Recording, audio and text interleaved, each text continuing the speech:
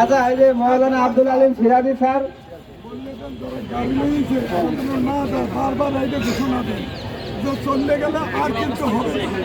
সেইটাই। এখন আমরা যদি আমাদের রক্তের সাথে বেইমানি করি তাহলে তার কিছু বলার নেই। কিন্তু সবাই ইনশাল্লাহ আসবে আমার আব্দুল আলিম সিরাজি স্যারকে কথা বলার জন্য।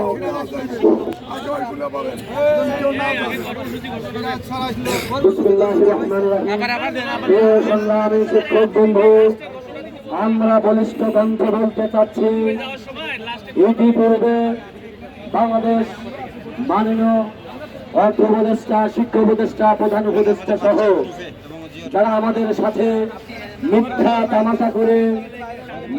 তামাশা করে আমাদের কাছ থেকে 1 মাস সময় চেয়ে আমাদেরকে মিথ্যা আশ্বাস দিয়ে নাম মাত্র 500 টাকা বাড়ি ভাড়া দেওয়া হয়েছিল।